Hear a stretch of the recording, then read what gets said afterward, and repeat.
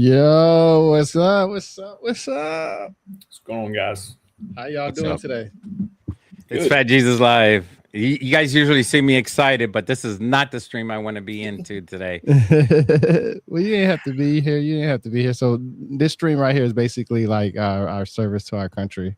You know, a lot of Yeah. people don't talk about their service to their country. A lot of people are Is this the picture you use? Oh my I gosh. told you. I told All you right, I was. the guy on the right, I don't recognize him anymore. That's me when I was in high school, guys. I was a cadet sergeant major.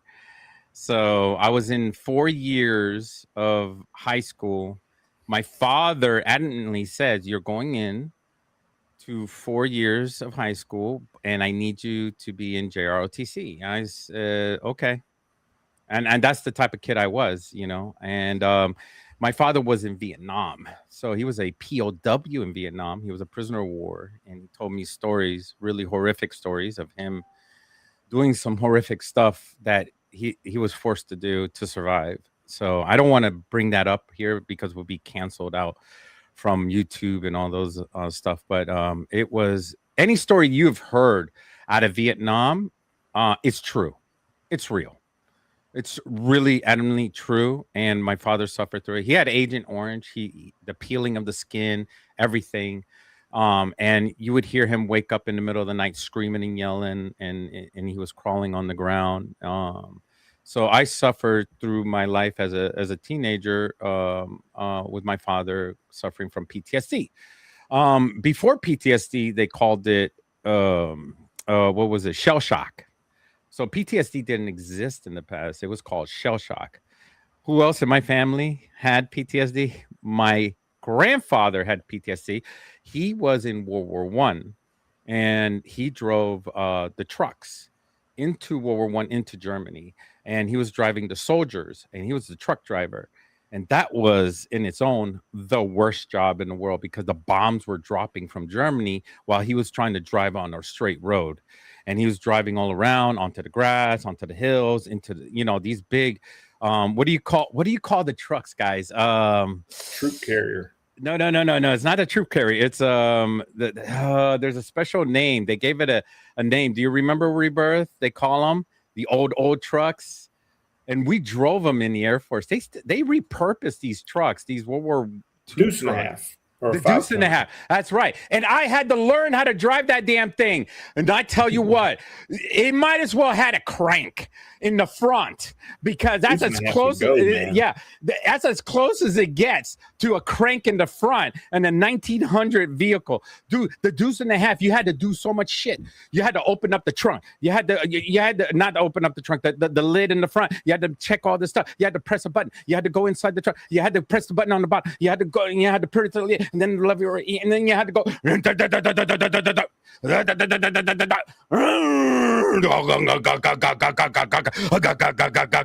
I'm like, dude, this thing is huge. It's the first time I ever experienced a massive truck, and I was gonna learn how to drive it. And they gave me a license for that, and I actually drove a deuce and a half. And then all of a sudden, I remember my mother telling me that my father drove a deuce and a half. I was so excited when I first saw the deuce and a half in the Air Force, and I was like, I want to learn. I was a kid. I was a teenager because my grandfather drove it, and I couldn't believe they existed. And yeah, but I rarely drove it. I'm gonna be honest with you because we never deployed it in South America. We flew mostly into South America. So my MOS was security police or security personnel. Today, they changed the MOS to police forces. So I was a federal police officer. Literally, I was a federal police officer. I did law enforcement and security police in the Air Force. They were still defining the security police role. So I worked the front gates, checking badges. I also was deployed into dealing with crime rates on base, and also humping the planes and counting rivets is what they call me. That was what they would say. So if you hung out by a plane, and it was hard work. It wasn't really hard work. It was hard work trying to stay awake because it was so boring. You had to stay by the plane the whole night for like 8 to 10 hours, and it was very difficult because there was When I nothing on. retired from the Air Force in 2018, they called those guys Security Forces Squadron, Yeah, SFS. and I we don't were know called what. before that Yeah, security that's police. crazy. You know what? So it's crazy, Fat Jesus, because Chris was both Army and Air Force. So he was what Air Force first, then you went to the Army, right? No, I did the Army the first. and then the Air Force. Yeah, that's right. Yeah. Because I was And like, let me dang, ask that's you a question: did they train Air Force, Army? Did you ever see that training? What's that? Did Say the again? Army train Air Force personnel in tech school when you were serving? No, because I was a machinist. Had I been an airframer, what they call sheet metal, then I would have trained with the Navy and the Army all in one school. But aircraft Hear metals that, tech everybody. Hear was that. just Air Force. You hear that we are intercombined. We are, when you enter the military, you are not just in one military service, but you're in all of them, because the yeah. training is not in just the one service. I was in the Air Force, but I was shipped to Fort Dix, New Jersey. Oh no, for man! I was air in base ground defense. bro. I was aviation in the Army. I ain't never messed with nobody from the Air Force. I ain't I seen mean, nobody. there was no No, I'm technicality you needed in I'm- the Air Force. no, legit, like straight up. Like that's funny you say that because I was in the Army. My MOS was 15 Papa. They changed it when I went in, and they changed it to 15 series. And I ain't never seen nobody Air Force wise except Chris if I was and I, deployed. we're special. You know, we were No, the top of our class. But that's what I'm saying is that I was actually aviation, so I never even got to see. The only time I've ever seen anybody else from different branches was when I was deployed. Like if most people will go to the Air Force side of the base to go to the DFAC if they had one, or if the PX was always on that side if you was deployed. Like when I was deployed in both in Iraq and Afghanistan, all four of the times that I was deployed, actually, they all the bases were, or the PX and all that stuff was on the other side of the base. So, and even the hospitals, and that's even more interesting because this whole discussion is about, not just our military service, but what actually happened after that. We a lot of people say, they go around, and the reason why I brought this up is because we all talked about how, when somebody finds out you was in the military, they always say, thank you for your service. So let me ask you guys, how do you? I hate that. I hate it. Respond Some to people that? love it, enjoy it. They're narcissistic with it, but I hate it. I hate it because I came home and the people I was with didn't, I mean, I have memories of the people I was with, and when I came home, they were no longer there. And that itself was played in my mind, in my brain a lot. So Yeah, how do you react from that though? Like, what is your reaction? In a way of condolences all the time, like a feeling of sadness and No, what do you say despair. to them? What do you say to the person? I when they say don't. it? I don't. I don't just say ignore anything. I mean, in the beginning, when I was troubled mentally, because I had a lot of mental issues when I first got out. I'm going to be honest with all of you. When you meet somebody from the military that leaves the military, be sympathetic, please, because there's a lot going on with that person mentally. Deep down inside, they are going through a lot. They suffered a lot. And then when they leave the military, they don't know where their place is going to be at. They're not prepared for the real world because they've been through so much in the military that now they got to go out to the civilian world. And that's the hardest part, is trying to do the transitioning. Well, what about you, Chris? How do you respond to I that? acknowledge that they said it. I usually say something like, I appreciate that. And then change the subject to whatever else we're talking about. It is weird. Yeah. Like what else are you gonna do? I don't know how it got started because we're an all volunteer. Well, military. I mean, if you're a civilian, thank you for your service. I mean, they have family members that are in the military. What else are they gonna say? No, thank you. So the best thing to do is this is like just. But I was asking because that's a question that I had. How did that start? right, Chris? Like, how did that start? Like, how did that I don't know come? when it started. Yeah, I mean, it's better than the alternative. The guys come back from Vietnam and got spat on. that's Yeah, exactly what I was gonna say. my father talked about that all the time. All the time. He was so angry at the world, and he blamed it But on Lyndon Johnson, on let's President think Lyndon about that for a Johnson second. for all of that crap. Let's think about this for a second, though.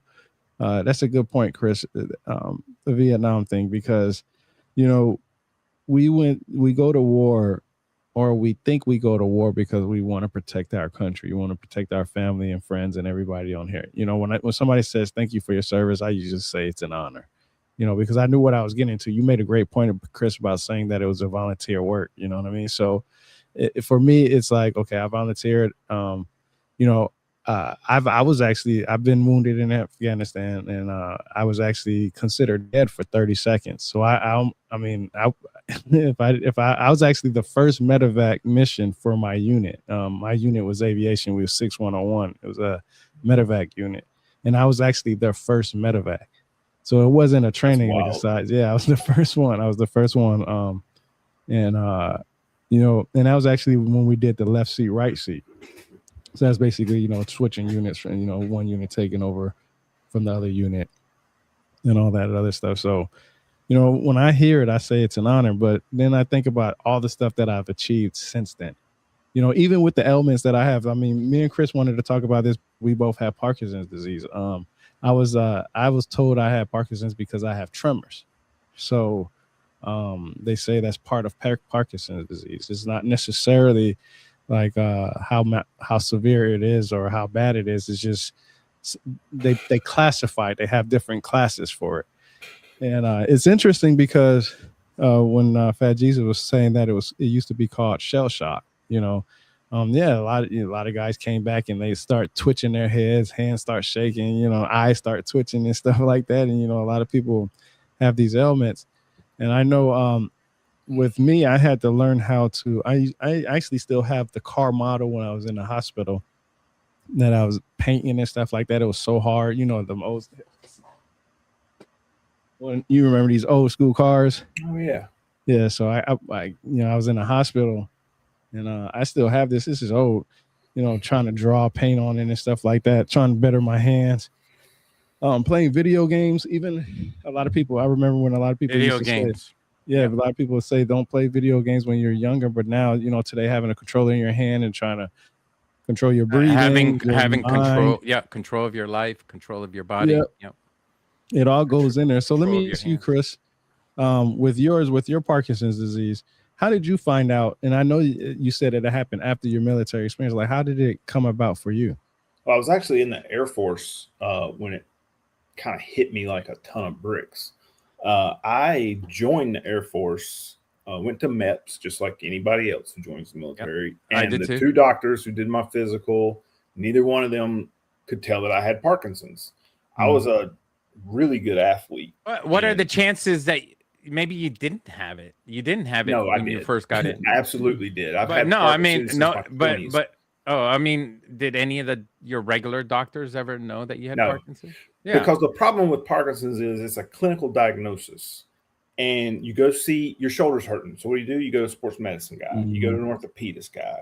They'll be like, oh, let me treat your shoulder. They don't ask about anything else. They don't ask about your sleep patterns. They don't ask about your mood. They don't ask about depression. They don't ask, hey, are you by chance constipated? Hey, by chance, do you have any kind of tremor after exercise or exertion? Like all those things go into Parkinson's. It's like a list of 40 symptoms. And unless you're a really good neurologist or a neurologist that's in the movement disorder specialist outside of the house, you're not going to catch it. I mean, it's almost impossible to catch it unless you see the right kind of doctor, because they call it practicing medicine for a reason. And usually folks will try to hone in on whatever your chief complaint is for that day and write you a script. And there's no quick fix for Parkinson's in that arena. But here, check this out. I did a quick search and everything like that, but It says right here, AI says, yes, certain toxic chemicals and environmental hazards in the Air Force frequently used or encountered in the Air Force and broader military service are strongly linked to increased risk of developing course. Parkinson's disease. Of course. Yeah, Like so he might. only 10% of Parkinson's. TCE. Only 10% of Parkinson's patients have it from hereditary genetic. Yeah, that's what I was going to say. That's exactly what I was going to say. 90% have it from environmental factors, whether it's I'm not trying bad to air, bad water, bad food, bad drugs, head injuries, trauma from combat, exposures to toxic chemicals, oil fires, hydrazine on an F-16, jet fuel from a helicopter, the list goes on and on machinery. Yeah, that's what I was going to say. Engines, aircraft engines. Yeah, the genetics. But that's interesting because you know, like you said, if you had a great doctor, then you know there's a chance of possibly. I mean, that's not me besmirching doctors. I mean, the orthopedist was doing what he thought was right. Yeah. My shoulder was killing me. The reason why my shoulder was killing me is because my brain stopped doing an uptake of dopamine to control the muscles. And so when the right side of my brain died off from those dopamine receptors, it presented on the left side of my body. And my shoulder was like frozen. My troops, when I was a sergeant in the Army, this was 1998, 1999, my troops started calling me gunslinger because when I walked, my left arm didn't swing. It always looked like I was getting ready to draw on somebody, like I was going to pull up my 6-shooter out. And that's a very early warning of Parkinson's disease. If you're walking and you don't have natural arm swing, that's a telltale sign you got Parkinson's. There's other telltale signs like REM sleep disorder. If you act out your dreams all the time, that's a pretty good indicator you might have Parkinson's. Everybody focuses in on tremor and dyskinesia. And Michael J. Fox. That's what they look at. But that's usually not. That's extreme Parkinson's right there. There's like certain levels of Parkinson's, right? Well, there's stage 5, 1 through 5. But let me ask you this, Chris. How did it affect you in the military? Or did it affect you in the military? Well, I was on deployment, TDY assignment to Naval Air Station Fallon in Nevada. We were training up 3 CAGs, 2 Navy, 1 Marine Corps. Because of my fighter wings mission, we did CD'd, suppression of enemy air defense and destruction of enemy air defense. So we would fly 2 to 4 ships out in front, blind the enemy radar, confuse the enemy radar, and then launch harm missiles to destroy the enemy radar. No radar, you can shoot all the missiles you want, you ain't gonna hit us. So that's our mission. And then once we do our mission, we peel off, and then come the Super Hornets to have all their fun. The original murder Hornets. So we were training up those F-18 pilots to be able to communicate with the F-22s over Syria to go bomb ISIS. And so I'm in the desert in Fallon, Nevada, and it's high elevation. This is the high desert in Nevada. And, you know, the CNC on site's like, you guys better be careful. This elevation will sneak up on you. And he wasn't kidding. And I go into the gym because it's freezing cold in that desert. And I'm on an elliptical machine. I notice all of a sudden my left leg just stops working. Like I can't push off with my left leg. I'm like, what the heck is going on? And I'm like, maybe it's the elevation. Maybe I'm just not sleeping well. I don't know. I kind of just put it in the back of my head. But then as that 2.5 weeks went on, I started dragging my left foot. It was like I didn't know where the ground was in relation to my foot. Like weird stuff was going on. And then my left hand and arm started shaking. And it kept getting worse and worse. And I mean, it spiraled kind of big on me. It was kind of like it all hit at once. I don't know why. But like I said, I mean, I've had it since my mid-20s, early 20s even, when I was in the Army. Because I only did a year of college and then went in the Army. So, you know, I joined the Army as a 19 or 20-year-old. So I'm 24 and I'm already experiencing symptoms of Parkinson's, but I have no idea, you know, as most people would not. They go several years before someone starts putting 2 and 2 together and says, hey, let's go send you to a neurologist. And that's really what happened. I got back from Nevada, went and saw my primary care physician. She's like, well, let's do a quick exam. I lay down on the table and my arm is literally bouncing up in the air. It's moving that much from the dyskinesia. And she's like, okay, I'll be right back. She goes get a couple of doctors. They come in. They're like, yeah, we're going to get you to see a neurologist. They knew something was wrong. And my symptoms were so bad at that point when I got diagnosed 7 months later, that the neurologist that I saw locally sent me to a specialist at MUSC in Charleston who was an ALS specialist, Lou Gehrig's disease. They thought I had ALS because my symptoms were so acute. Now, fortunately, I didn't have ALS because that's a horrendous disease. Parkinson's is no fun, but ALS is truly a nightmare. Average person from the time of diagnosis of ALS, they live on average 2 years. Oh. And it's a pretty bad 2 years. There's no winning with that disease. At least with Parkinson's, we have therapies, we have surgeries, we have drugs. ALS is brutal.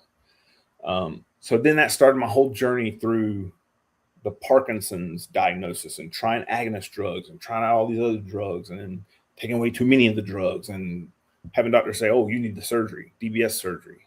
And we can get into that too, about the DBS surgeries. I had 3 of those. But as far as how the military treated that, as soon as I started having issues where I couldn't climb up on top of an F-16 to work on it, they basically said, nope, we're taking you off worldwide deployment list. We're taking your flight badge. You go sit by the phone. And basically I answered the phone when I would go to drill duty, and I would dispatch guys out to maintenance orders on the flight line. That's all I could do. I couldn't go to the flight line. I couldn't even get anywhere near it. They didn't want to take a chance of me injuring myself because I had all kinds of gait issues, balance issues. I still have that. Even after surgery, I still had that stuff. So, there was no making deals or negotiating some kind of work thing. It was, you've got a serious disorder, and the DOD says that if you have Parkinson's disease and a whole list of other diseases, you can't be in the military. So they started the process of medically boarding me out.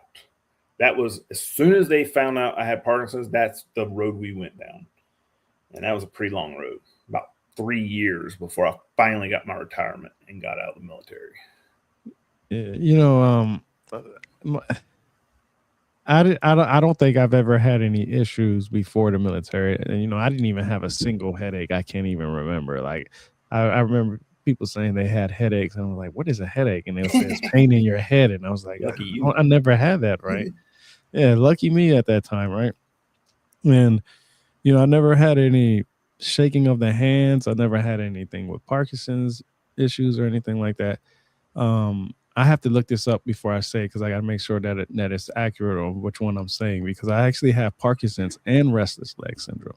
So what's so crazy is that I can't sleep at night. The whole reason why I have trouble sleeping at night is not just because of my PTSD and thinking about what I have going on. That comes and it's exaggerated mostly because of the simple fact that I'm always up, so I'm always thinking about it. So it never goes away, basically. But when I lay down in my bed, my legs just feel like, nah, yo, you ain't going to sleep. So I always have to move my legs, right? And I have to get up sometimes, and then I'll have to walk around the house or something like that, walk outside, because my legs I just can't stop moving, and it bothers me. Yeah, restless leg syndrome is tied into Parkinsonism. So it's not uncommon for someone before getting a Parkinson's diagnosis to get a restless leg syndrome diagnosis. Those kind of go hand in hand. Right. I actually was on Requip. Now this is, and I was allergic to it and had to take me off of it. Yeah, and this is actually an interesting comment from one of our things. So Chris here is actually Native American. That's why I laughed. Yeah, so Vincent Davis says, y'all fought for settler devil army like stone cold sellouts, land back to the natives. Now, what's interesting is because this is a perfect time to promote who Chris is. So Chris right here, this guy right here, he's an author of 2 books. His recent book is now a bestseller. Put those books out real quick. That's the first one. Yeah, that's the first one right there. We did a video discussion on that, the history of the Kahari tribe. And then where's your other one at? You got it. It's on your Kindle. It's on your Kindle. Yeah, it's on Kindle. What's the title of it again? The Siouan tribes of the Carolinas and Virginia. Yeah, so that's the one that went bestseller. So congratulations to Chris. Congratulations, bud. Exactly. Thanks. Good job, So Chris. Chris actually writes about the Kahari tribe, which is a Native American tribe that is not really well known or talked about enough. And when I say enough, rarely at all. I actually have an Oxford University book that I showed Chris, and they only mentioned the Kahari tribe out those 900 pages just one time in one sentence. And when I seen it, I took a picture of it and sent it to Chris, of course. But not as it much. So he actually gives the whole history of the Kahari tribe. So congratulations on that. So Vincent Davis, when you said that, it was kind of interesting because Chris is actually Native American. Matter of fact, he has many tribes, bloodline tribes in him. Yeah. So and I'm actually very proud to say that Native Americans join and serve in the United States military at far greater levels than other groups within the country. Far greater levels. Were they in World War I and World War II, or just started in World War II? Native Americans have fought alongside Americans since Civil War, right? Yeah, since the beginning. Yeah, I mean, the Battle of New Orleans wouldn't have been won without a bunch of natives down there fighting with old crazy Andrew Jackson. I mean, seriously, we've been in every single conflict that's ever been fought on this land because we were here first. I mean, even France, when they were here in Louisiana, they fought alongside with the indigenous as well. Yeah, I mean, the French and Indian War was a lot of that was about how many native tribes could the French get on their side and how many Native American tribes could the British get on their side. And they fought a war over it because they were also fighting a war against each other over in Europe. They just fought the war over here. Yeah. Right. So a lot of military conflicts, and Native Americans weren't all together.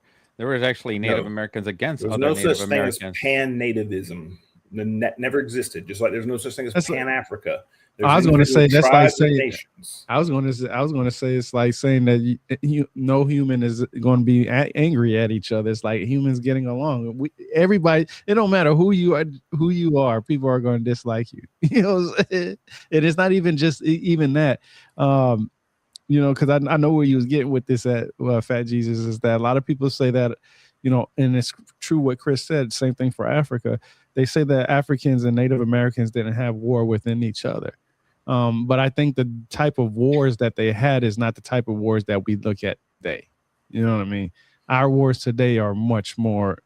Look at the Native Americans now, though. They're kind of like pan-native right now, aren't they? Like they're together. And when they get together and they compete in the competitions with the dance competitions and everything, they're competitive in the dance in their tribal, right? It depends. I wish that were the case, but maybe I'm a little jaded being in North Carolina. There's lots of examples of where jealousy and envy. Look, man, Native Americans are people. We're just people. Bro, everybody else. Jealousy and envy always has a way of creeping in on stuff. And the next thing you know, this tribe's ticked at this tribe, and this tribe going to this tribe to try to backstab this tribe, and it's crazy, man. Bro, not even that. Let's put it like this. This is going to be hypothetical, but I'm going to base this off of actual things that I've experienced. I've been in the military. I was in the military 13 years before I got wounded and had to get medically retired. In my time, I served 4 times in combat, 2 to Iraq, 2 to Afghanistan. I served along with every different type of person that you can think of from around the world. But I will say this. Even though I served with people who had wanted to protect their country or would do whatever, forget all that. Even though I served with people who was in the military period, I was still called the N-word by certain individuals. Literally. I had a sergeant first class slip up and called the N-word. Okay. Got mad at one of his soldiers and said, "You stupid N." I mean, this dude was from Virginia. Okay. West Virginia at that. The whole reason why, and the whole, I tell my story about why I got blown up. So the reason why I harp a lot on I hate racism is because that sergeant first class that I was talking to you about, this whole unit felt like there was a black or white issue. This was during the Trayvon Martin thing. A lot of people were going one way or the other on stuff like that. And I was a staff sergeant. I was an E6. I wasn't supposed to be where I was at. Let alone, matter of fact, I was separated from my unit when we was on our when we got to our next base. So basically, when I talked about the left seat and right seat thing, one unit takes over the other. Everybody knew that, okay, we're going to 3-101, 6-101, 7-101, whatever the people are here. And then you got the groups from North Carolina, 82nd Airborne and stuff like that. We was replacing them. We're sending people back. So they already had a manifest on who they had to send back to the main base in Bagram and all that other stuff. So they knew how many soldiers they had to house and all this other stuff. Well, I was actually housed and I was new to the unit. I had just got there. I mean, I was fast tracking. I was already staff sergeant like 9-10 years. I mean, half these people were like in the military 15, 16, 17 years, still E6s. They weren't, they couldn't pass their PT test. I'm over here running past them. I had, a permanent profile, but I was still outrunning them. I had 2 surgeries on both my shoulders from the first time I was in Iraq. And I went through so much stuff. And I think, like you were saying, Chris, it was a lot of jealousy in there. I was a young staff sergeant. I'm fast tracking through the military. I've been deployed already more than half the people that was in my unit. Matter of fact, when I went to WLC and PLDC and all that other stuff that everybody talks about, bro, I was stacked when I went there. It was people. Matter of fact, I got deployed 4 times before I even went to what is it called now? BNOC. It was BNOC. Yeah, BNOC's for E6. Yeah, I didn't, bro. I was deployed so many times before I even went to freaking like for Irwin in California, because there was so many, because every time we deployed back to back. So our schooling and stuff always had to get pushed to the side. So we always had to get waivers and memorandums and stuff like that to go to these schools and stuff. So that way we wouldn't, miss our time and grade and service and because we was good, whatever we did, the promotions and all that stuff. And when they seen my, my rank and how long I've been in and what schooling I have, some of them were like, you haven't been to this schooling yet. You haven't done this. I was like, man, I've been deployed 4 times already, 3 times before that. Right. So I seen the jealousy, and then I got replaced with one of their best friends. Now this dude got promoted, battlefield promoted. Now, I don't believe in battlefield promotions too much, not especially what we did as far as MOS. We weren't infantry. We weren't special forces or anything like that. We was just working. Some of us would go outside the wire. Some of us would. But for the most part, this dude, he didn't do anything. He could barely pass a PT test at that. But he got a battlefield promotion because they liked him a lot. I mean, he was a very likable guy for them, right? And because I think honestly, the skin color, because it was only but like maybe a couple of brown people in there anyway. And they always got the shit in the stick of a lot of stuff. But I bring all that up because I was wounded because they gave me his room. I was supposed to get his room when we landed at Fob Shank. And because he didn't come and I told them who I was, I literally was told by the sergeant that was assigning all this our stuff, because we had just got off a mission. He said, hey, look, they say you ain't coming over here. You got to go to the other side. So I was on the other side of the base with the foreign military guys from different military places. And on that side, they had already breached that wall plenty of times before. They knew about this. So, they did it again. I got wounded, but when they threw some rockets at us and stuff like that.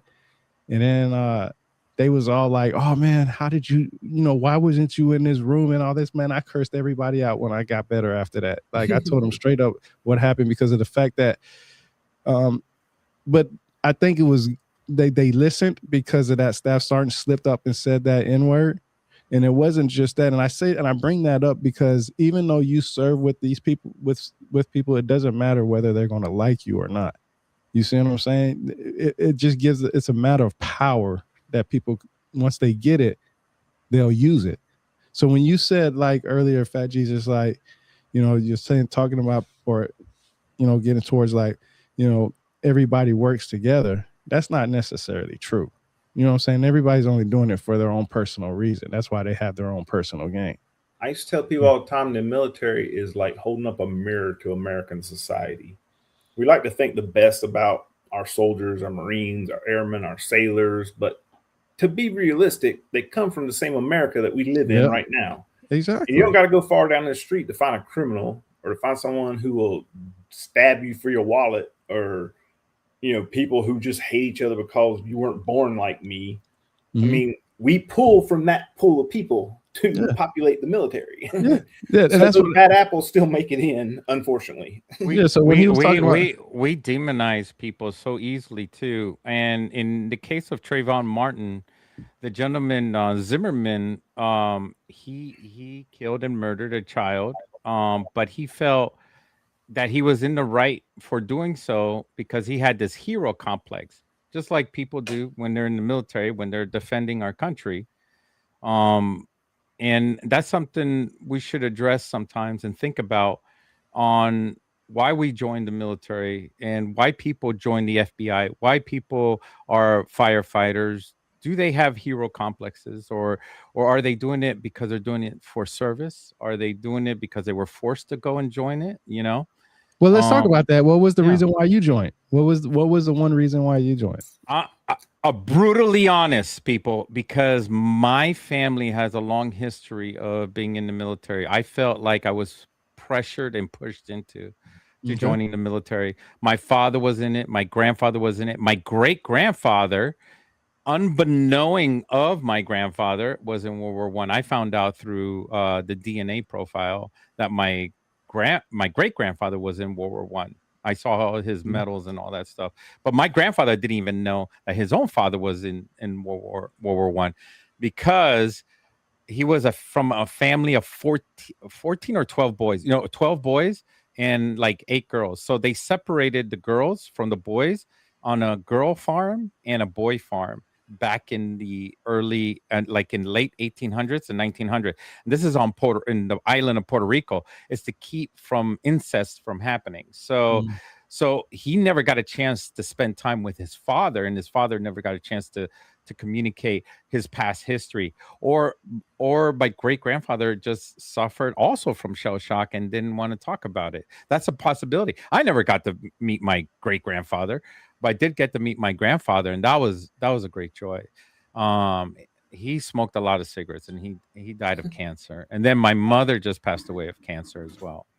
My mother felt like she had a duty to perform in government functions, so she joined a certain government agency as well.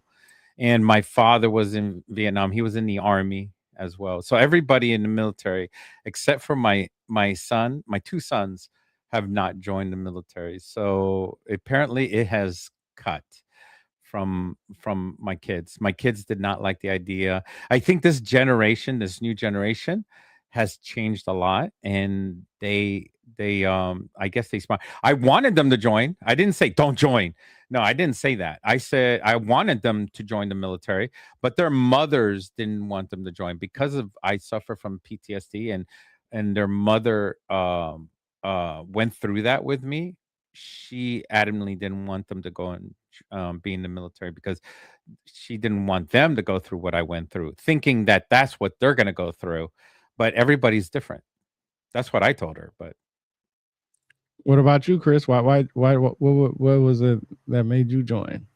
I wanted to join the military out of high school, but I had lots of colleges recruiting me for football.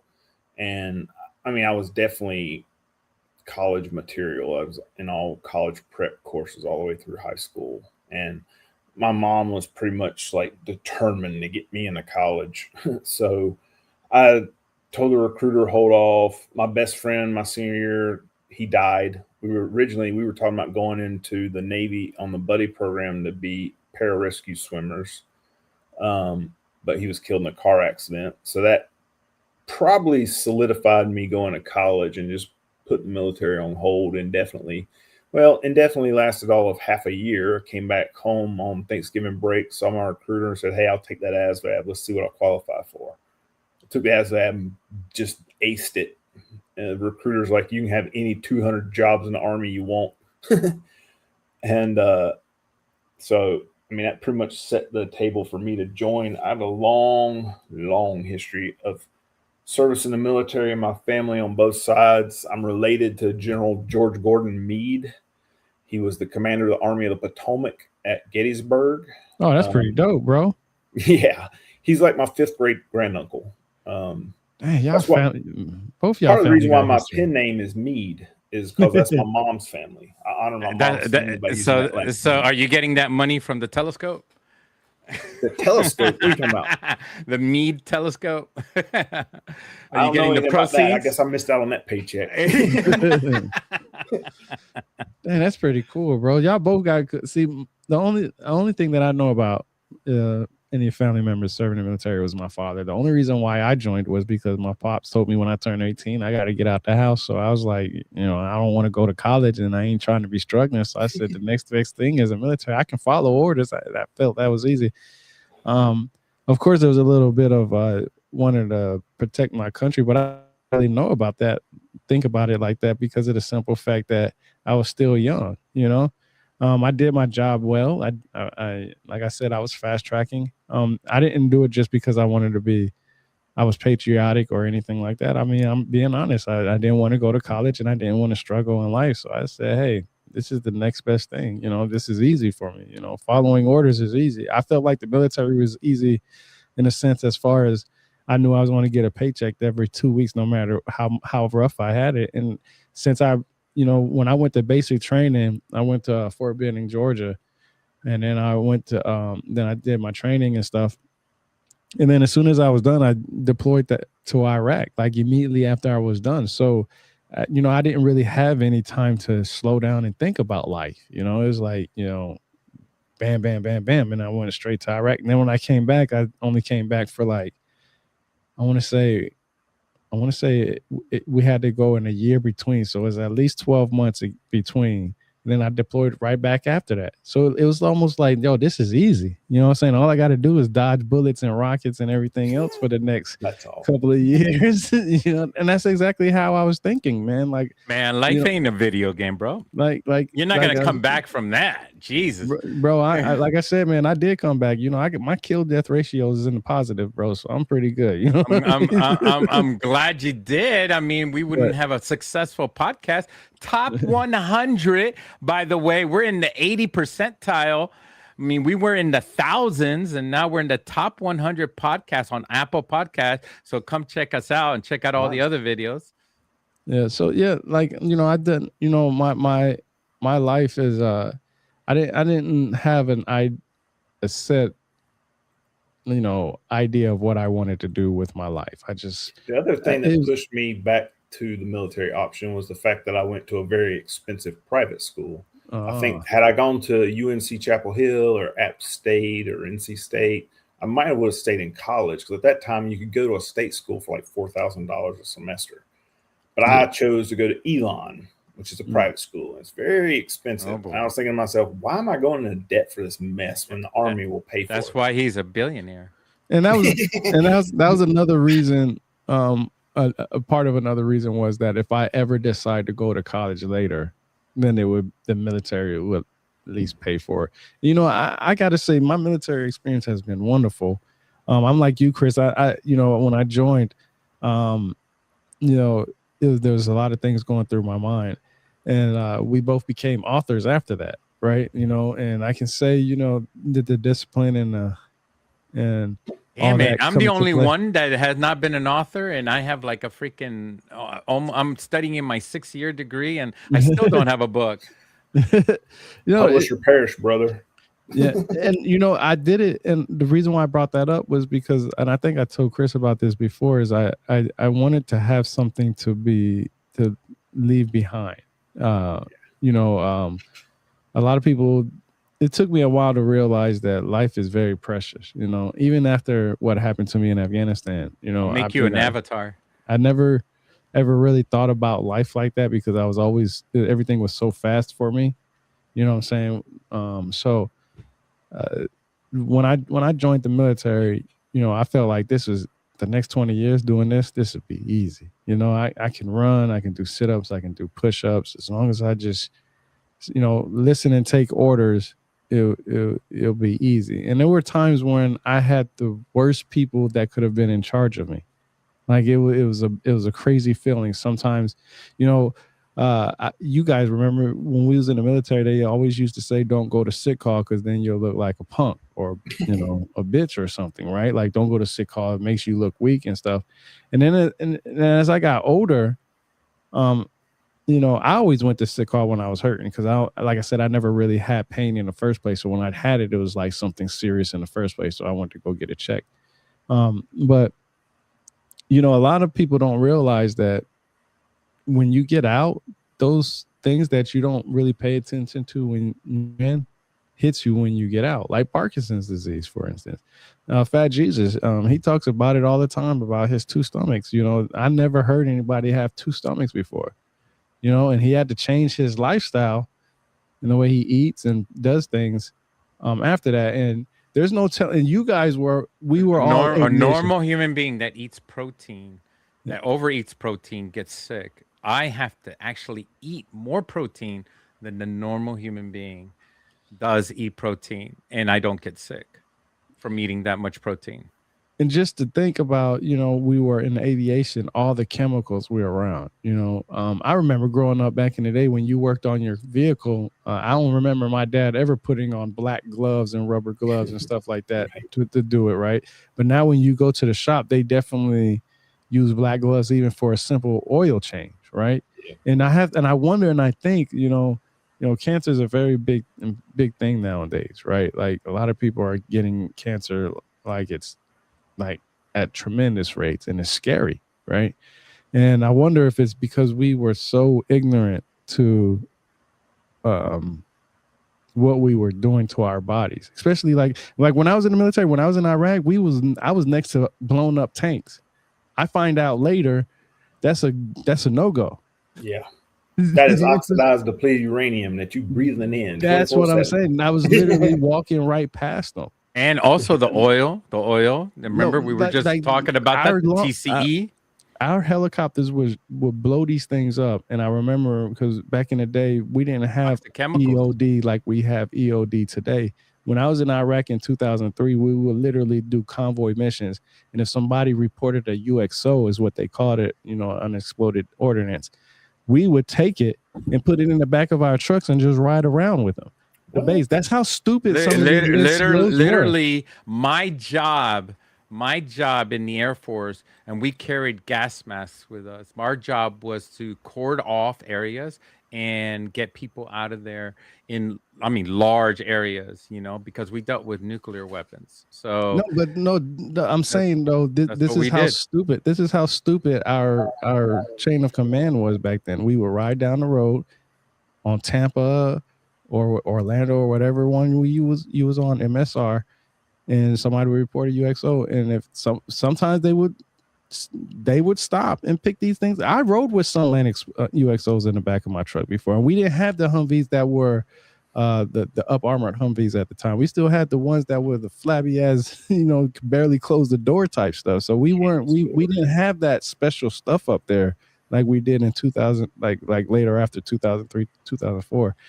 And I also can say that like the smoke pits, that's what's affecting a lot of people too, is the smoke pits. You know, we burnt a lot of our stuff, the trash, everything you would burn, everything, and you would smell it, and the wind would catch a certain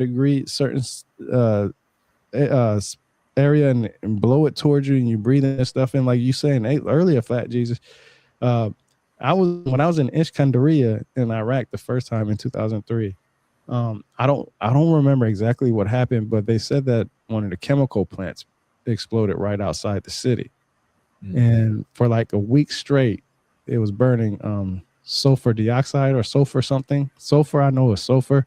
And I actually have a memorandum, and this is the crazy thing. I actually have a memorandum from my doctor that says that we were exposed to very high levels of sulfur.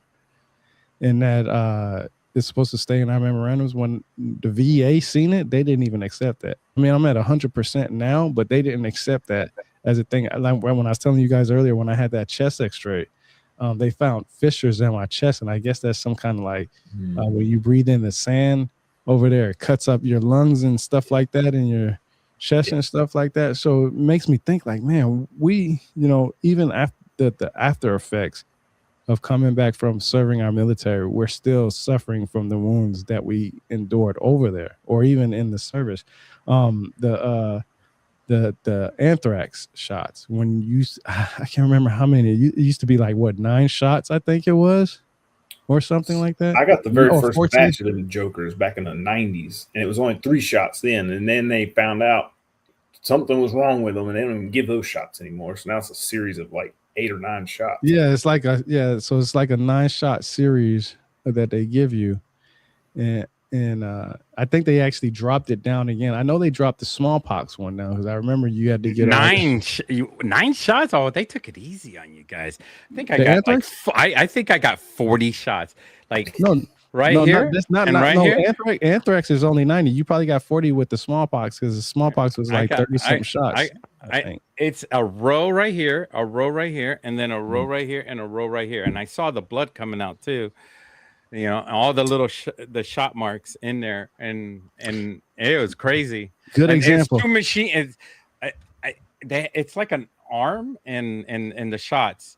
And then they just put it down on your arms, and then they take it off like that. They didn't have the hand. They said, well, before we just had it by hand, and it would just move, and then it would just rip your arm. But now they have the arms, and then they just put it on there, and then they take it off. It's not automatic. They still have to use their hands with it, but it more settles down on you. And they say, don't move, or it'll cut your arm. Not cut your whole arm, but they scare you to death. Like your whole arm will fall off or something. So don't move. Let me ask you this, Chris. Like what is the best memory that you do have from the military? We talk about the bad, and we always think about the bad stuff, and we always think about, the horrific things we've been through. So what is it, something that you think about that makes you feel happy about the military? Easy for me. Super easy for me. We were in Dhahran, Saudi Arabia, and we got a movement order alert to go to Kuwait. We used to say in Patriot missile units back then that we could watch CNN, and if F-117 stealth fighters took off from Holloman Air Force Base, we're getting ready to go to war. That's what we just knew. Because the Patriot missiles have to be in place before the stealth fighters land. That's just how it works. We put up that air defense umbrella to protect them expensive stealth fighters, and then they come land, and then we go do our thing. Well, on the convoy up to Kuwait, I just remember hitting the Kuwaiti border, and we stopped our convoy to refuel, and we all climbed back in our trucks and start convoying into the interior of Kuwait to head north. And on both sides of the highway, and this is the highway right along the Gulf Coast that you see from all the old Desert Storm videos. Like we went right through the town of Kafji, if you remember that battle from Desert Storm. But on both sides of this highway were whole families. I mean, families 20 deep, little kids, their grandparents, all out there waving Kuwaiti flags and American flags. They were so happy that we were coming up there. I mean, they were like dancing in the streets, and like cops were trying to drag them out of the street so our trucks could go through. They were having a party because we showed up, and it was an amazing feeling. And I just so happened to have a little bitty American flag. I think I had it up right there on my bookcase. That American flag I got from a Veterans Day parade here in North Carolina when I was a kid. My Uncle Vic served in the Army National Guard. He was a field artillery guy. I kept that flag, and I took that flag with me everywhere I deployed. I would put it in the back of my Bible, and I would take it with me. And so when I saw the American flags out, I grabbed my flag off the doghouse in my Hemet. I drove a 10-ton Hemet truck. I was hanging it out the window and driving my truck. That was incredible. That was like probably the first time, it might have been really the only time I actually felt like this overwhelming patriotism while serving. Because, I mean, at some point, serving just becomes what you do. I hate to say it's just a job. It's more than just a job, but it's something that you do. It's just kind of who you are. Yeah. But that moment and seeing how incredibly happy all those people were, and the fact that it was all ages, and I mean, it was great. I love that part of my career. So my best memory by far. Right behind it, number 2 was there was a super wealthy oil man in Kuwait City who invited 100 American troops and 100 British troops to his house for a Christmas feast. This guy was Muslim. He wasn't Christian, but he wanted us to have a good Christmas. Yeah. And this dude went all out, man. I've never seen that much food in my life. And he had music. He had a band playing like American music and British music. And we were all dancing and eating and hanging out. And this guy, as soon as you walk into his house, he had a shrine for his son. His son was an officer in the Kuwaiti Air Force. And Saddam's forces murdered his son when they invaded Kuwait. And so this dude... Is the first war or during that war? Before Desert Storm. Before Desert Storm. When Iraq invaded Kuwait the first time in 1990. Damn. So yeah, that dude wanted to make sure he paid it forward to the coalition forces, and that was pretty cool too. But yeah, I'll never forget seeing all them families out on the streets welcoming us to Kuwait. That was awesome. You had the Kuwaiti army riding alongside us in technicals with the MG3 machine guns on top, A-10s and Apaches escorting us up the highway. I'm like, man, you ain't gonna mess with us. We got A-10s, bro.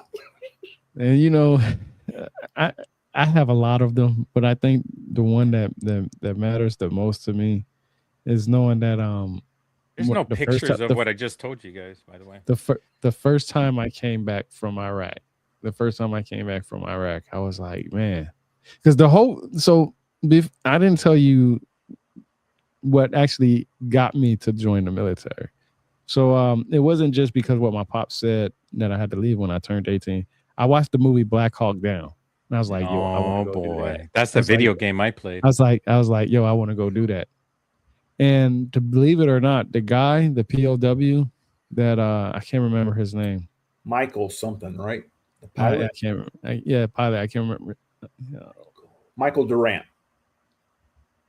Wasn't it Michael Durant? I think I can't remember his name. Yeah, I can't remember his name. I'm gonna look it up. But he actually spoke at my graduation for PLDC or WLC. WLC. Yeah, he. Who are you guys talking about? The pilot from the one that got captured in Mogadishu from Black Hawk Down. Yeah, I actually got to see him in person. I was like, yo, I want to go do that. And that's when I found out about 160th and so on and so forth. Yeah, Michael Durant, that was his name. Yeah. Chief Warrant Officer Michael Durant.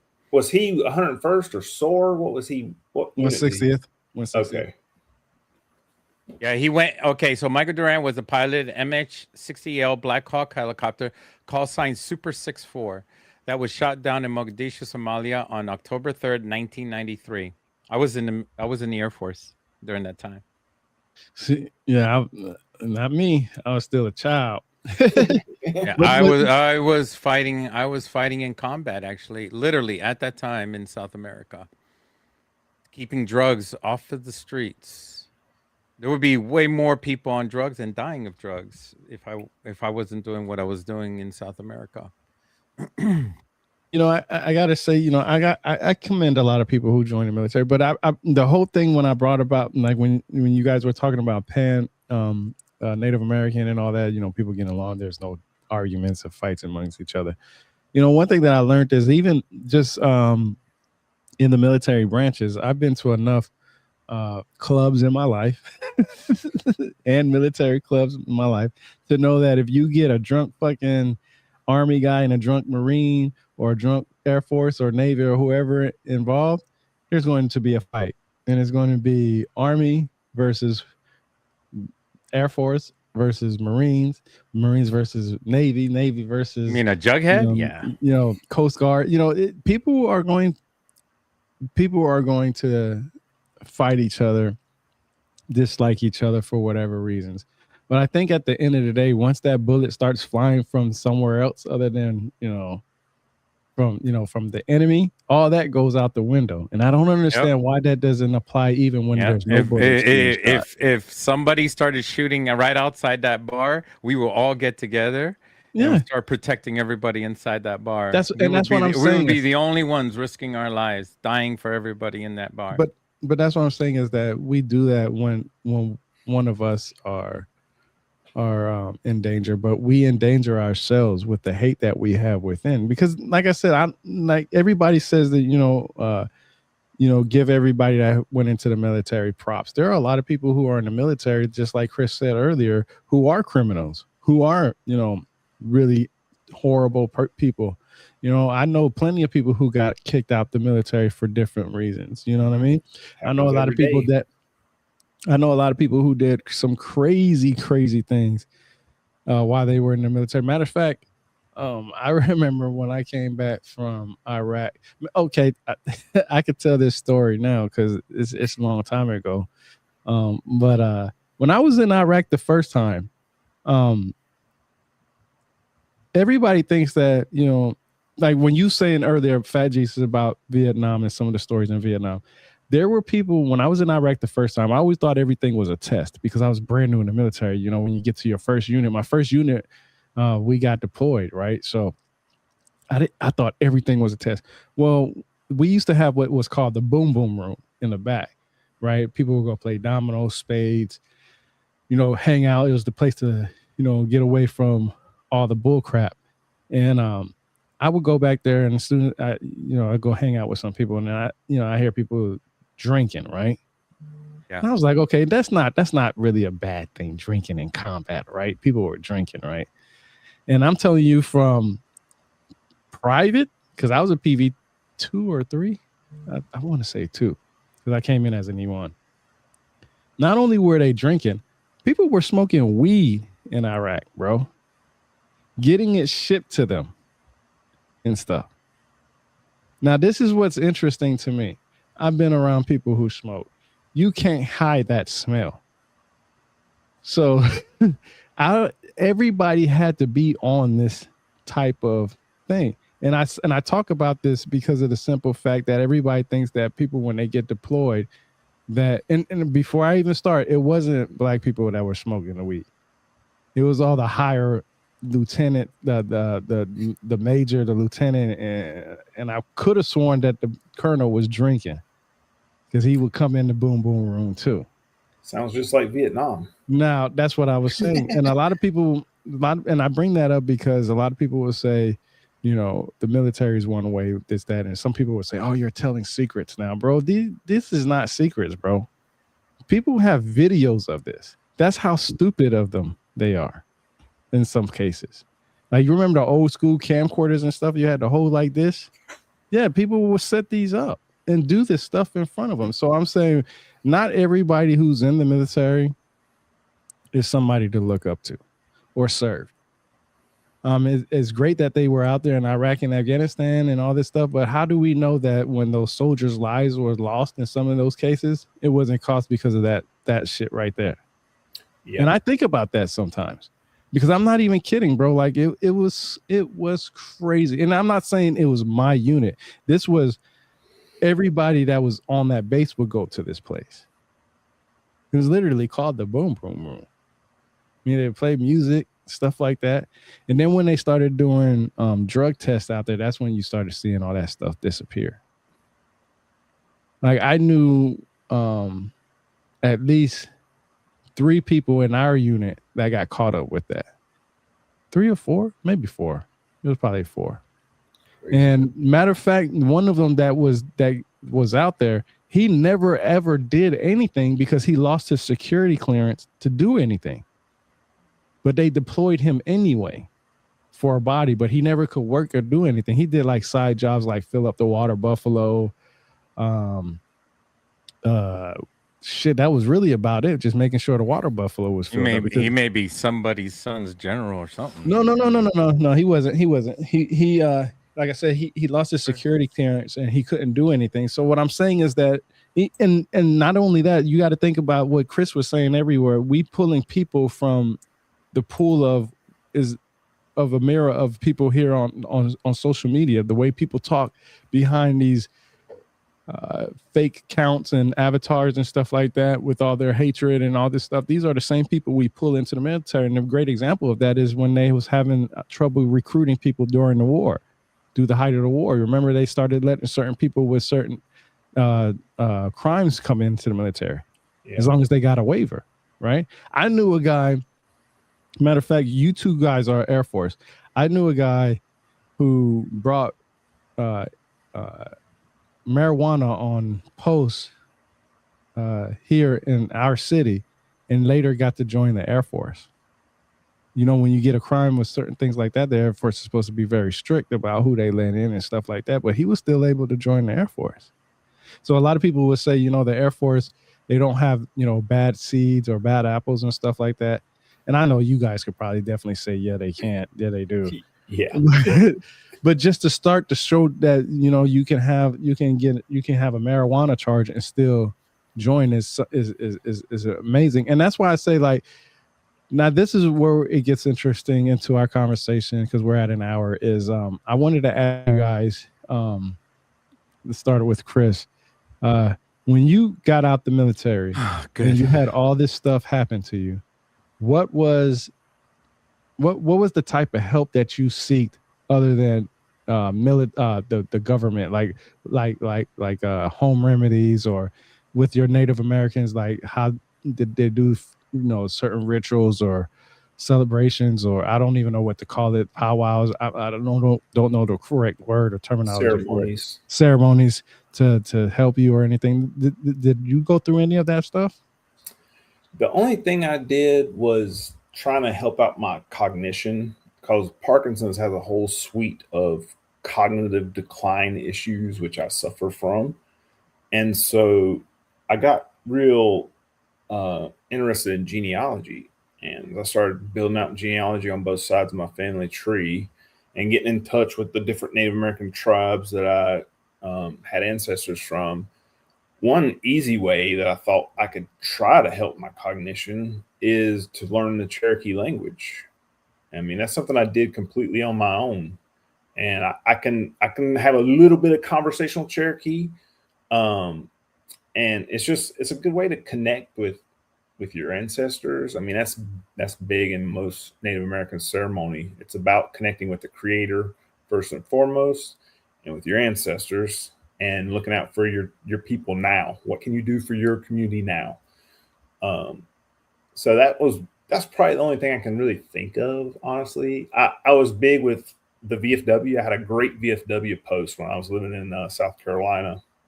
I did a lot of stuff with those guys. They kind of helped me through that 3-year window of fighting for my medical retirement. You know, they were good sounding board, you know, in my corner kind of thing.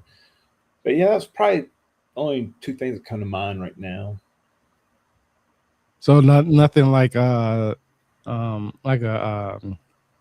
they call it, a journey through the woods, like, you know, you go through those. No, I didn't do like a vision quest. I didn't do sweat lodges. I've never done that, honestly. None of that. Mm-hmm. That's interesting, because, you know, when I had happened to me, you know, when I go to sleep, my dreams get very vivid. My wife says I talk in my sleep a lot. I scream and yell in my sleep. Yeah. So yeah. So and I noticed that when my Parkinson's and restless leg gets bad, like I noticed when I haven't slept for at least 30 something hours, because my hands will start to shake a lot. Like I know that for a fact. Like when I start, like if I'm dropping something, like I noticed that I've dropped my phone more times in my life than I've ever have in my life. And I mean, what I mean by that is, so what case do you have on your phone? I just have a regular case phone. What are you talking about? Look at that. I got I got the military case on mine right there. Look how thick that thing is. Stuff will slip out my hand. Like I've dropped my phone. I bought a lot of you know, those plastic phone cover things that you put on the screen so you don't break the screen and crack the screen. Yeah, I noticed that if I don't get enough sleep at a certain amount of time, it's at least 30 hours. I've tested it so many times because it's been so many years. things would slip out my hand because of my hands will be shaking. Also, I noticed that you said that it had a lot to do with cognitive mind things too. Yeah, so like Otterbox, Parkinson's, you have lots of issues with concentration, decision making. They call it executive decisioning, something like that. That sounds about right. Multitasking, short term, long term memory. Like I used to have a photographic memory, like for real. Like you know how we tab our books as we read them. I could be like, I remember this quote from this Turkish proverb, and I'd go, it's on page 61. Boom, and I'd go to it, and it's there. Yeah. Like I had that kind of memory. I don't have that anymore. I wish. I don't think I ever had that memory. Stuff cognitively that Parkinson's. There's not a lot you can do for it. You can have 50 DBS surgery. I didn't even know that. I might have Parkinson's. But you know, it's crazy because, you said, you told me before that when we first spoke about the Parkinson's disease, that when you first realized that it hit you, this was before this discussion today. I think it was like the last two. You said that that one of the things that you did try to practice was breathing. Was that still something you was doing, like breathing? I remember you saying something about breathing. Like, I mean, if he stops breathing, he might not be alive right now. No, like he said, because we was talking about meditation. Remember, we was talking about meditation. Yeah, I would work in like I had a lady from Canada. She is Mohawk Indian, and I was communicating with her through LinkedIn for a while, and she had sent me a recording that she did, an MP3 recording. And it was talking about breathe like a child. And they say babies, you know they're breathing because their tummies rise and fall. And she says that a lot of times as adults, we forget that. We breathe and we hold it all in our chest kind of thing. Or we breathe very shallow. She's like, go back to your childhood before you had trauma. Breathe with your stomach swelling and falling. Concentrate on feeling the air into your lungs and then breathe out. Notice the air moving through your nasal passages as you breathe out, like very prescriptive. And I found that it just calmed me down. Like I had a hard time calming down. I was always hyper vigilant. My PTSD was at its worst. Like I just couldn't, it was a neurotic mess. So learning how to like breathe and meditate and put those two together was huge. And then I had other issues too, where my swallowing mechanism is still not great. I had to go to occupational therapy to relearn how to swallow properly. So I would choke every time I try to drink something. And you aspirate enough liquid into your lungs, you're going to end up with pneumonia. And that's the number one killer of Parkinson's patients is pneumonia, believe it or not. So yeah, I had to go through occupational therapy at the University of Florida to literally learn how to swallow again, which is kind of wild. That's crazy you say that. I had to learn. I had problems with swallowing my food, and I never even thought to link it to Parkinson's disease or anything like that. Honestly, like when I would be hungry. I'd be the best burger sitting in front of me. The juiciest ribeye steak could be sitting in front of me. The most beautiful Texas rubbed ribs standing right in front of me with some, baked potato fully loaded. You know what I'm saying? Right on the side. And I couldn't, it would be so hard. It was like a chore to eat. And I would be chewing and chewing and chewing. And I have to grab something to drink and just to swallow it. And I was like, man, and it would smell so good. It would look so good. And just, I had problems. I never really in my life expected myself to come out the way that I am. I'm 42 years old now. I got a lot of, health issues that a normal 42-year-old would have. And then I have a lot of health issues that a military veteran would have. Right. Then everything in between that. I can say for my mental health has been pretty good. This passion of history. So a lot of this stuff, I found out about, and the reason why I was asking you about, if you did any ceremonies or anything like that to help you on your path and stuff like that. I was since I was big in history, I always try to connect, what historical these type of ailments. And one of them is restless leg syndrome. I found out about sleep paralysis. I have sleep paralysis, and I have restless leg syndrome. With my sleep paralysis, most people already know this when your body is still sleeping, but your mind and your eyes, your awareness is still available. You just can't move. It's like you're paralyzed. It's the worst feeling in the world. And then you always have some kind of scary element that comes with it, like some kind of shadowy. The Hat Man. Yeah, the Hat Man. Exactly, 100%. And so with my sleep paralysis, I was looking it up, and I was like, how can I counter this? Because it will freak me out. Like it would really freak me out. And I looked into it, and that's when I learned about what they call it, sleep paralysis, astral projection. Mm-hmm. And so I started to practice and looking into astral projection. I looked into the Native Americans and the ideas of how to separate your mind from your body through the Buddhist, meditation and different chakras and all this other stuff. And one thing that I learned is that everybody says that we can control our body. Like we can get rid of our ailments. Subconsciously, we can do it. Do you know who Dolores Cannon is? I've heard that name before. Yeah. So Dolores Cannon used to be this individual. She used to be a hypnotist, and she would do past life regressions on people. So basically, she would hypnotize people, and then she'll see what kind of life they had in the past, whether it was like, all the way to the Jesus of Essenes, or to Did she write a book about Edgar Casey? Maybe that's right. She wrote a lot of books. She does she wrote a lot of books. 14 of them, I think, if I'm not mistaken. I've read them all. Wow. And she talks about subconsciously. So when she does some of these regression hypnotist things, or when she did them, she would ask the subconscious, like the subconscious would talk about certain things. Like I remember the story where somebody was getting tumors in their body. And it was because they was always thinking about it. So they were causing their own tumors, or they were causing their own cancer, or they were causing their own elements like sleep deprived or something like that. It could be anything, right? And she said that subconsciously we are able to heal ourselves.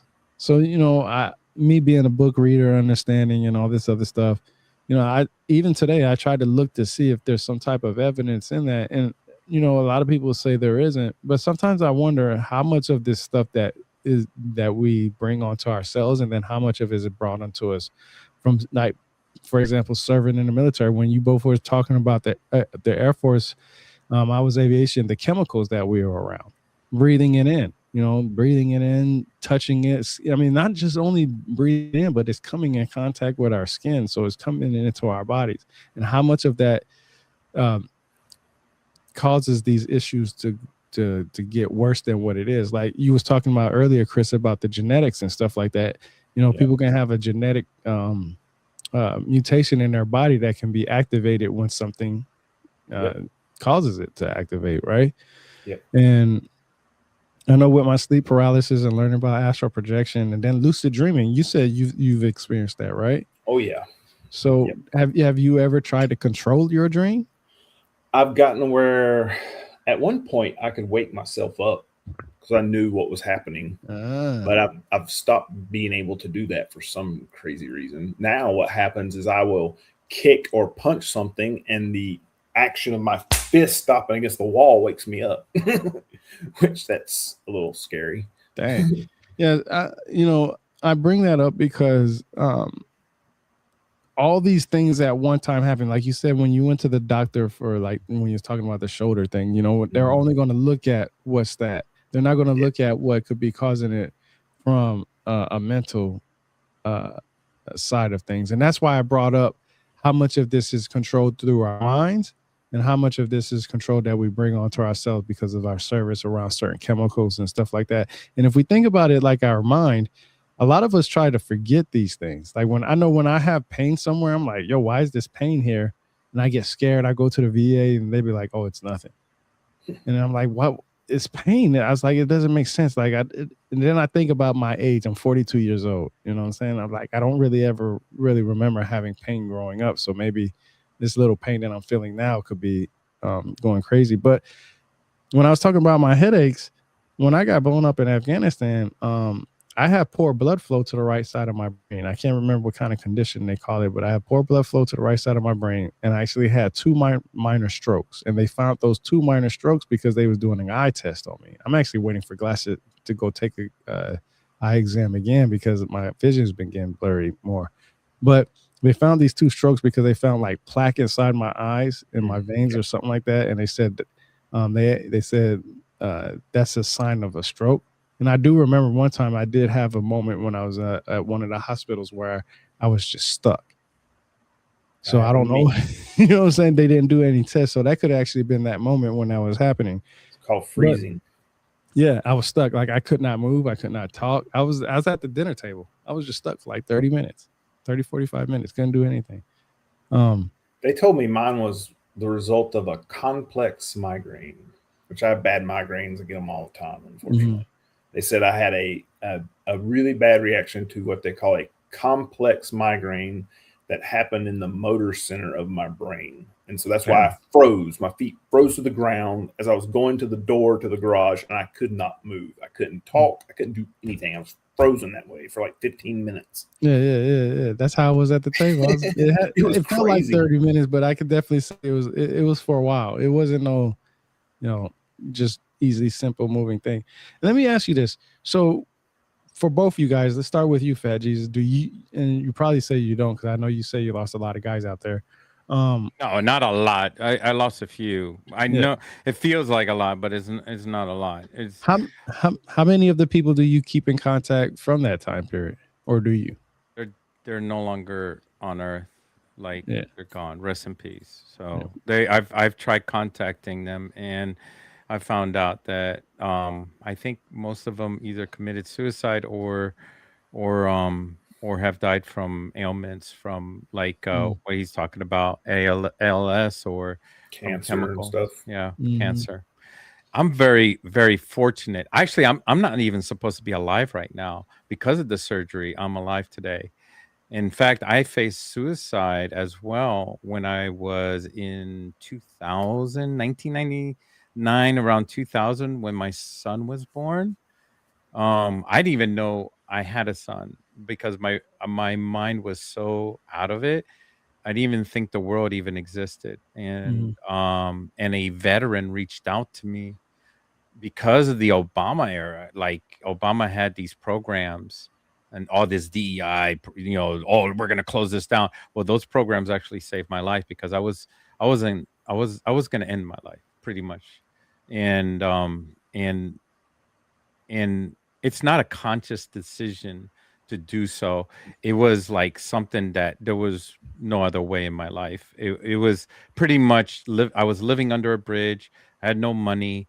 I did not have this. My disability was at 10%. Nobody would listen to me. My files were heavily redacted. In every time I went to the VA, they ignored me, and things were just so bad. And because of my mental condition, I kept on running away from the VA because I thought nobody cared about me, and it was all in my mind, really. That's I remember when I was in the hospital, I had this sergeant major who was in Vietnam, and he told me everything that I needed to do, and I'm glad I listened to him because it helped me out in where I'm at now. I talked to maybe 3 people that I've back at that time frame. I don't think a lot of people were as close as I thought they were back then. I think it was mostly because you hung out with the crowd that best fit with you at that time. So that was mostly for me, as far as that. But most of the people that I don't really talk to too much of the same people that I deployed with. A lot of them passed away, fortunately. Sergeant First Class Stevenson, rest in peace. He was a good NCO. But crazy how he went because he actually passed away on his bike on a roundabout. He wasn't wearing a helmet. He was in one of the states where you don't have to wear a helmet. Um, and they found but we found out that he got hit or something happened to him, and I guess he hit his head on the concrete, passed away right there.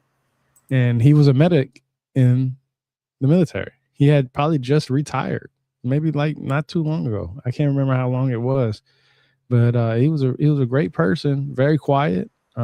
He always looked out for his soldiers. I mean, he wasn't old. I think he's young. I think he was younger than 40 years old, if I'm not mistaken, when he passed, or right about it. But he spent a lot of time in the military, deployed a lot. He was a medic, great medic, saved plenty of lives out there in Afghanistan, Iraq, and wherever he was at. I mean, did his job with no problem. And just to find out that you go out on a bike ride to enjoy your day, and then boom, something happens. And I bring that up also because I was a bike rider too. I used to have an R6, a Yamaha R6, and I was coming home. This was actually, I got blown up in July 23rd of 2012. In June that next year, when we came back home, when we was already home, I was driving my bike to my house, and I was literally making a right-hand turn into my driveway, and some idiot hit me from behind on my bike and almost killed me. Literally.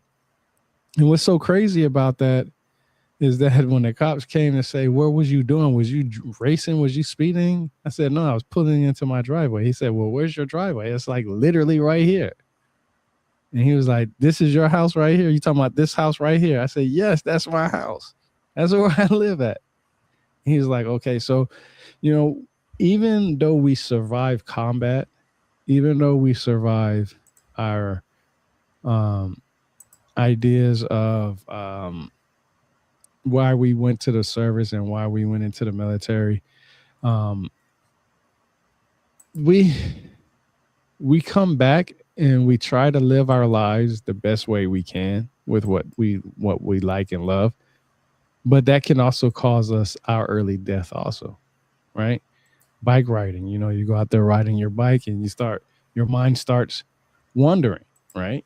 You start thinking about stuff and something, you're not paying attention and something happens. I've known guys who go out on boats and kayaks and fish and can't swim.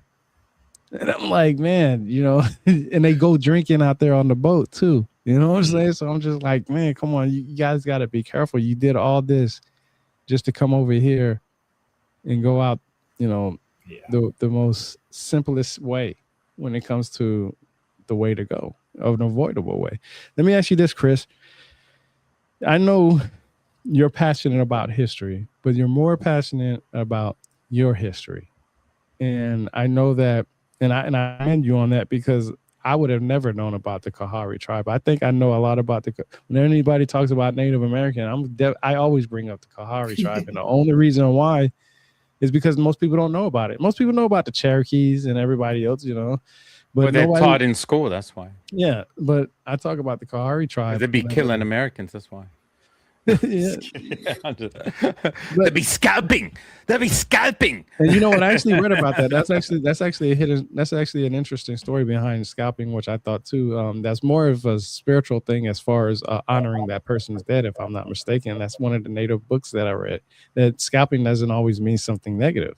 Actually, it was actually honoring them, which was a weird way how they explained it, but I'll get into that some other time. But let me ask you this, Chris, with your passion and with everything that you have, has this stuff helped you with all your ailments that you got going on? Like, I know you don't sleep at night, so when you're up at 2:00 in the morning, I sleep better now than I used to, thanks to melatonin and sleep, what I call it, sleep hygiene. I stay off screens late at night. I I don't read in my bed anymore. Like, there's certain things you can do to kind of help train your mind to get ready for sleep. So my sleep is a little better. I just wish I wasn't acting my dreams out again. That started back up a couple of months ago. And the only way to really counter that is to get on benzodiazepines, which I'm not going to do that because I've been down that road and it was not fun. Talk about brain fog, that'll set you back. Oh yeah, among other side effects. You don't even know what year it is. You wake up and you got to have Alexa to tell you what year is it. 2026. Hopefully Alexa's not wrong.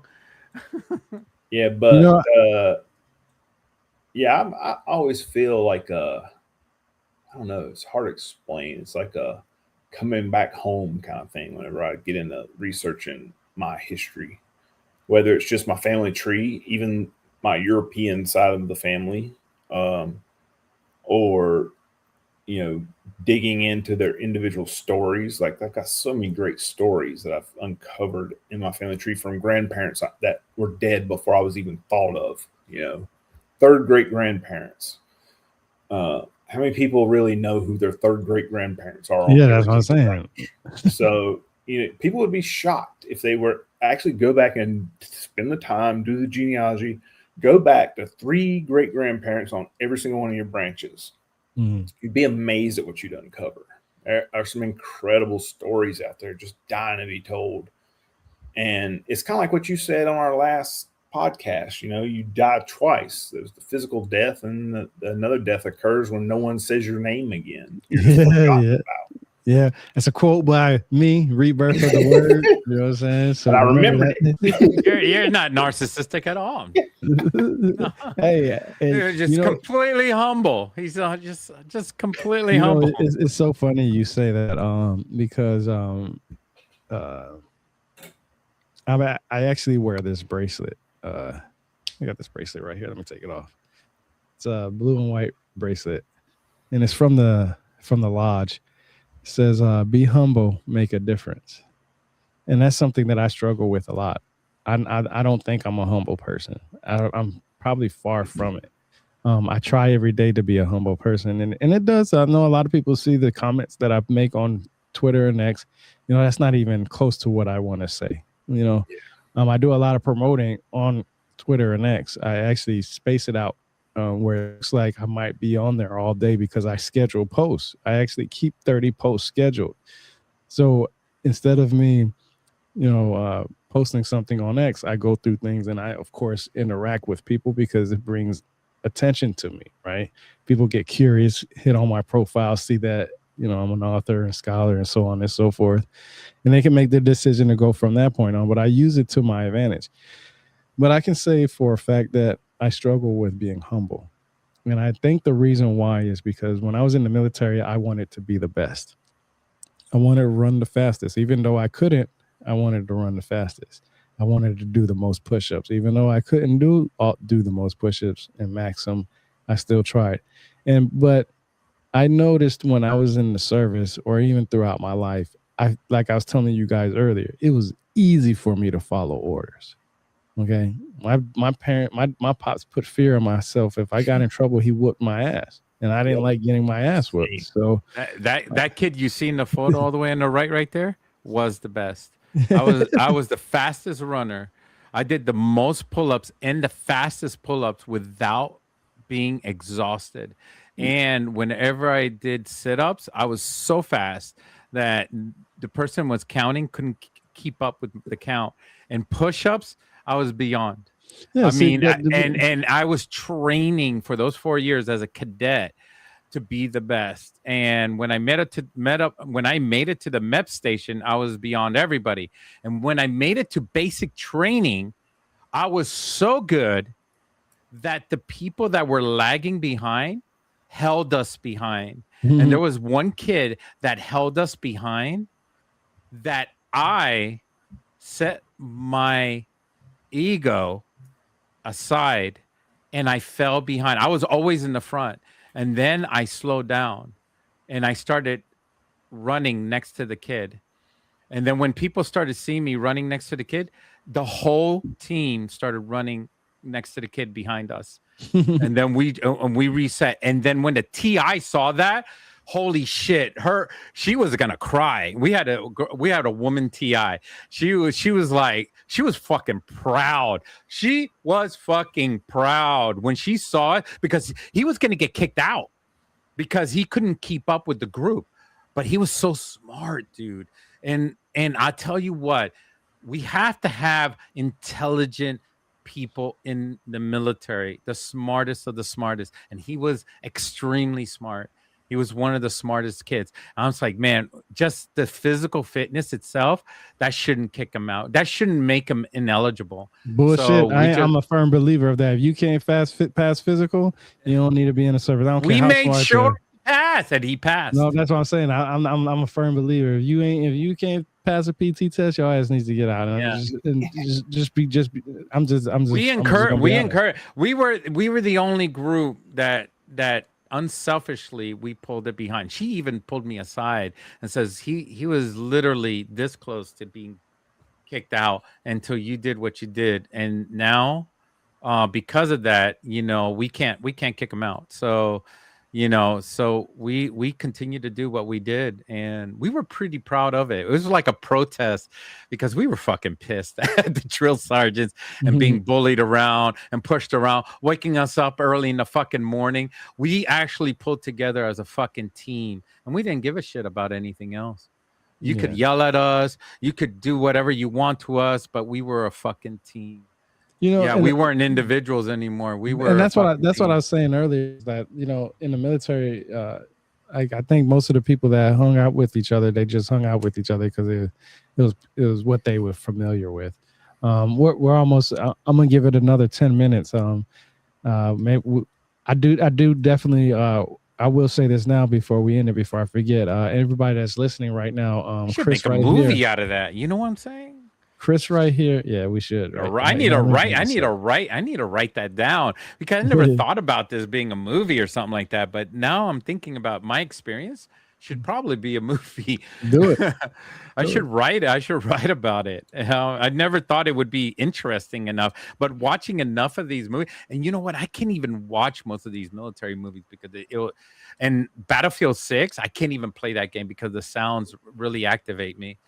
So, yeah, I do want to give a shout out before we end this. That Chris, he's an author of 2 books, one on Kindle ebook and one that's the Kalahari Tribe right there. Yeah, that's the one right there. That's the one, the blurry photo right there. Yeah, can't see it. But yeah, I want to give a shout out to Chris because we are going to have more discussions. The reason why we talked about this, I honestly didn't have an agenda on what to talk about. I just wanted us to have a discussion amongst us veterans and about our ailments and what goes on, because maybe we'll be able to help somebody say, hey, these guys struggled. Maybe I can take some pointers and go through some things like that with them. But I can say to take out of all this, a passion to do something after the military service helped me a lot with depression, being sad, angry, mad all the time and stuff like that. I got to say that, reading plenty of books and watching plenty of documentaries and just history and creating my website, becoming an author. I never really liked the word content creator, but I guess you can say I'm that because I do have a boots on ground series on my YouTube channel where I go visit different places. And me and Chris are actually going to meet up in the future. I'm going to go visit him up there in North Carolina. They actually have a Cherokee museum up there in North Carolina. Why are you going to go bother that man? Why are you going to go bother me and him been talking about this for a while. Matter of fact, we started talking about visiting each other after I posted a video of Pilot Mountain that I went to go visit up there in North Carolina. Sweet. So yeah, We're gonna take a picnic basket up the Pilot Mountain. Picnic basket. Boo boo. Hey, boo boo. I'm telling you, and you know what? And I feel like I've met. When I first talked to Chris and first met him and had a discussion with him, I felt that he was an individual that was. I'm glad you guys are going to hold hands and go out there and enjoy each other, and Air Force and Army together. But like I was saying, I think he's a great individual, and I highly recommend reading his book. He's a best-selling author, #1 best-selling author. So he can put that on his credentials now, which is amazing because I believe that his first book should be a bestseller also, but it's a bestseller in my eyes when it comes to Native American, because it's a very informative and personal book. Not only does he talk about his history, but he talks about his personal lifestyle and what geared him to write this book and why he wrote it. And that's some of the stuff that we talked about earlier. With Fat Jesus, you know, I met him on here too. He's a very entertaining guy. You know, he does acting classes. He met me through Tridactyls, and I'll tell you why I do what I do. I worked in the Air Force, and most of the time where I traveled is out of uniform. Where we went, the other governments didn't know we existed, and even till this day, it's classified. Like the stuff that I did is redacted, and if you try to look it up, it's going to be redacted. How convenient, right? If you go look it up right now, oh, check out Fat Jesus, and it's like, oh, he's lying, it's redacted, you know, it's like whatever he says, it's not real, you know.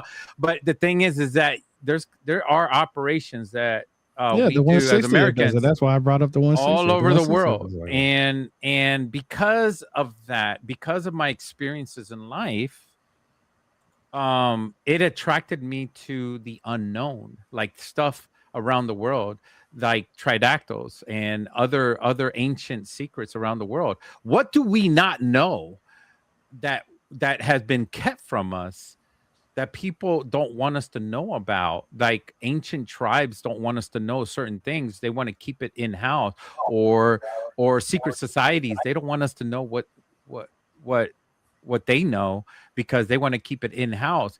Those things, because I lived that life. I lived the life because we keep secrets too. So I know it exists. Once you know it exists, you become trenched into it, and you want to express, you want to be part of it, you want to explore it. And then at the same time, I run into Rebirth of the Word. I said, let's do a podcast. I was like, yeah, sure. And now everybody wants to hear what we have to say, and here we are. Yep. So I just wanted to put that out. We're gonna hey Chris, after I finish this symbols book, I got this symbols book that I'm reading. It's like 1,100 pages. I thought you were writing a symbols book. Shit, man, this book has got a lot of information. Once I finish this book, I'm gonna read that book, read your book, man, and then we'll have a discussion on that, bro. Because right on, I really do like your information. I really am happy that you got to share your experiences and what you went through here, because I think it will help a lot of people out. I hope people get out of this, other veterans. You know, I've seen other people do podcasts with veterans and stuff. I never really did this, and I know a lot of people don't really like talking about their experiences. I don't like talking about it. And I would say this for anybody out there who's listening, and like you were saying, Tyrone, stuff pops up once you're out. Once you're out of the military, these old ailments, old injuries, they get worse. Don't go through the VA process by yourself. Please, I beg you, go see a VA service officer at your county seat. Wherever you live in the United States, every county has a county seat. Go to their government building. They'll have a VA service officer there. Or get with one of these VSOs. The American Legion's fantastic, VFW, DAV. If you qualify for VFW, if you qualify for Wounded Warrior Project, there's all kinds of VSOs out there, veteran service organizations, that will help you and walk through the process with you. Doing it on your own is bonkers. Don't go Rambo on this thing. Get some help. And if you're active duty, document everything. Yep. You're not taking taxpayer money. Don't get that honorable bullshit out of your head. You know, It's your body. You're an individual. You're going through this. Once you're out of the military, you're going to need every documentation for you. You're not taking taxpayer money away. There is money being earmarked for you. Once you leave the military, every single person that leaves the military or in the military, it's already being earmarked. And that taxpayer money is always going to be there. There is no zero money in the United States government. That money has already been piled on. What the government politicians want to do, they want to take the money and say there's no money in there. They want to take the money and then they want to reinvest that money into their own political means. So don't believe anything they say. My favorite saying, as far as it goes with combat vets who are now disabled vets, is if they can afford to send us, they can afford to mend us. And and they just sent us to Iran, and that's freaking nuts, man. They said they weren't going to do that, and they did it anyways. And now, how much is it going to cost us? 400 billion? Jesus Christ! Let's before we end this. That's a great point, Chris. If the government can send us, then they can, basically heal us or help us. Do you think that we are getting the best treatment that we possibly can, or do you think that no? Before you answer this, I'm going to say, and I'm going to bring up this because this is something that I'm glad you said. Man, I'm so glad you said that. Marijuana. Let's talk about that for a second. Sure. Has been on this hot topic. It's a hot topic. It's been on this planet for years, thousands and thousands of years. Been used for all kinds of things. Yeah. I know other country military, they allow their veterans to use it if they need be. Certain countries that we are actually friends with and support. And I'm not going to name any names, but they definitely help out their veterans. There are states that allow veterans to use it. Yeah, well, I'm not talking about the states because the states don't matter. It's the federal level that matters. Just recently, they just rescheduled the drug. So that way they can do. Did they reschedule marijuana or psychedelics? They rescheduled marijuana from Schedule 1 to Schedule 2. Because they reschedule mushrooms and psychedelics, but I don't know about marijuana. Yeah, they already did that. They did that. I can't remember, a couple of months ago. But I bring that up because I know a lot of veterans who've been deployed, and all kinds of stuff, have all kinds of ailments. They say that marijuana helped them. I usually say this a lot. I don't really take my government too serious until they start looking into how that can potentially help veterans in a broad side of giving us all the help that we possibly can have, because it's been shared so many times that this one plant can help a lot of people with their PTSD, their tremors, their sleep deprivation and all that other stuff. Do you think that is something that we should be more open to, allowing veterans to experience and use as a medicinal use? I think to look into the efficacy of it and the effectiveness of it, and to do a full-blown double-blind study, test and trial, the works, absolutely. I would put ayahuasca in there. I would put MDMA in there. Put all of them in there. Put it to trial. See what happens. I mean, that's what practicing medicine is. Right. Now, I'm a little different because I have Parkinson's.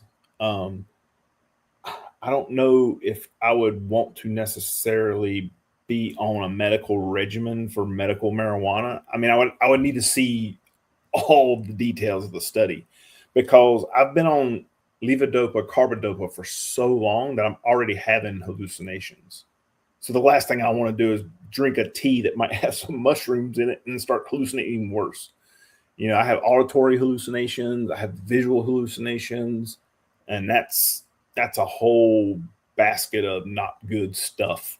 So I would be extra careful, but that's just my case. And I don't want my case to leave a healthy therapy out of the conversation for someone else. I think it should be up to each individual.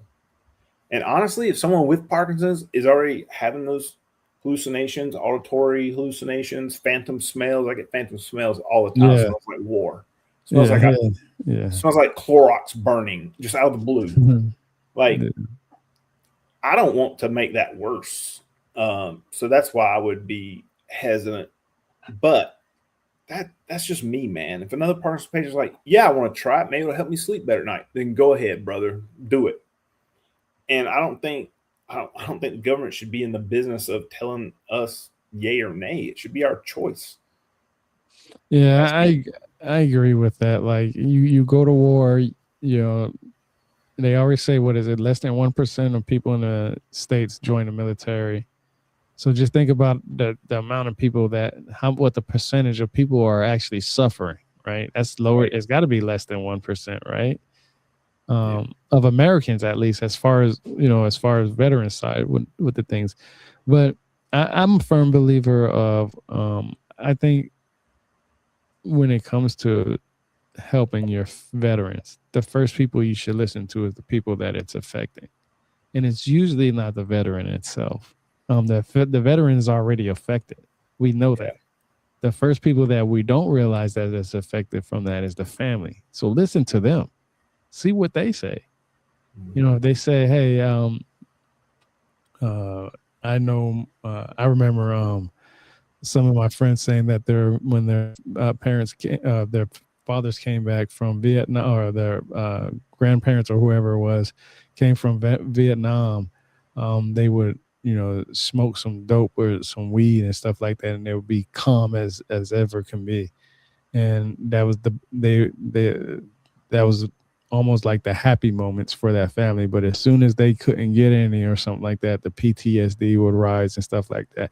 And I'm a firm believer of this: you can't substitute one thing without including something else. And what I mean by that is, if yes, marijuana can help you, but you also have to still go to therapy too, because you can't just go to your room or wherever you want to go and just sit down and smoke and think that 15, 20, 30 minutes is going to help you. I mean, what do you think about that? Yeah, that kind of gets back to your question about ceremony with Native Americans. We don't just go into a sweat lodge. There's like a whole ceremony to it. We don't just smoke a peace pipe with tobacco. There's a ceremony that goes with it. There's a reason for it. You're connecting with the creator. You're connecting with the earth. You're paying respect to your ancestors. All that kind of works hand in hand. It's what in the Air Force, when I got out, they called resiliency. They didn't have religious programs. They had what was called a resiliency program. Make your body and your mind more resilient to be able to handle combat stress, and so it doesn't turn into combat trauma. That's a very native, indigenous, holistic way of looking at things. It's not just about, hey, take this pill, you'll be all right. But that's what. But the same thing for religion as well. I mean, it's not just the Kohabi tribe or the tribes, but religion also prepares you, like first communion for a child. You're being trained. Yeah, but that's not military though. They don't have nothing for the military though. But the philosophy is sound. You see, you're being trained as a child through all these processes to deal with things. And your mentality is, to prepare you for better things. I mean, like in tribal, also your mind is being prepared before you go into something. And now when it comes to military, and from my experience, I had to go through a lot of psychiatric evaluations and psychologists. Still, even to this day, I see a psychiatrist and a psychologist. Yep. And they put me through Tai Chi, yoga, all types of stuff. And it was a volunteer thing too. They didn't say you have to do this. They said, do you want to do this? I said, yeah, I volunteered for everything. And remember what I told you. I practice what I preach. Document everything. So if they're giving it to you, do it, because they're providing it for you. If you say no, then there's no documentation that you even tried. Right on. So yeah, so that's pretty much it. I really we definitely talked about a lot of subjects more than Parkinson's, and that was actually interesting because it brought a perspective to me that we are all experiencing something. Most of it, I think, has to do with our mental. On top of that, our mental is what gets us. But I'm about to close this out. We are going to have another conversation with Chris right here. I got to give a shout out to him because, man, I think I'm promoting it a lot now, but he is a best-selling author right now. I can't recommend his books enough. He does have great books. I haven't read the second one, of course. I say it's great because I can just assume that what he wrote in the first one, the second one just put the icing on the cake. You know what I'm saying? And the cake is already good when you got some milk, but when you put that icing on there, it's a whole different thing. So I really do appreciate it, Chris. Jesus, thanks for being here. We're going to have another Did you ever discussion. share my video or share my image ever? Let's see. Hold on. You guys remember Apocalypse Now, where he says that I love the smell of napalm in the morning? That's the part right there. So you got most people get all their information are from movies and all that stuff. So of course, Americans love doing that. Yeah, so you could just get rid of it. But I just wanted to share that. That's where majority of everybody that never joined the military, they get all their information, their experience from movies and TV shows and their ideas from it, but they don't get their information from us, the veterans, and they don't listen to the veterans or even understand it. Like I was, and real quick before we close out, I know it's almost that time. I was asked to help out, make the sounds for military weapons for Nova Logic in California, for a game called Black Hawk Down, and also for Joint Operations. And that game no longer exists. So I can say I was part of it. I wasn't the one that created it. I was part of it. I was one of the people that were part of a voting group. But then I can tell you that I was the one that created and built one of the first open world dirt bikes. There were dirt bikes in video games, but not open world dirt bikes. So we had a dirt bike, and nobody ever had open world dirt bikes. And this open world kept on going on forever. So you could have kept on driving, and then you would have to return equally for forever to come back into this open world. But you know, that game no longer, I mean, it exists. You can try and play it. I don't know if you can play it anymore on PC, but it's one of my favorite games that I was able to get on. But I tell you what, it was not as realistic as Battlefield 6. Battlefield 6 is probably the most realistic I can say, because it affects me because of the sounds all over the place. It really hits me hard.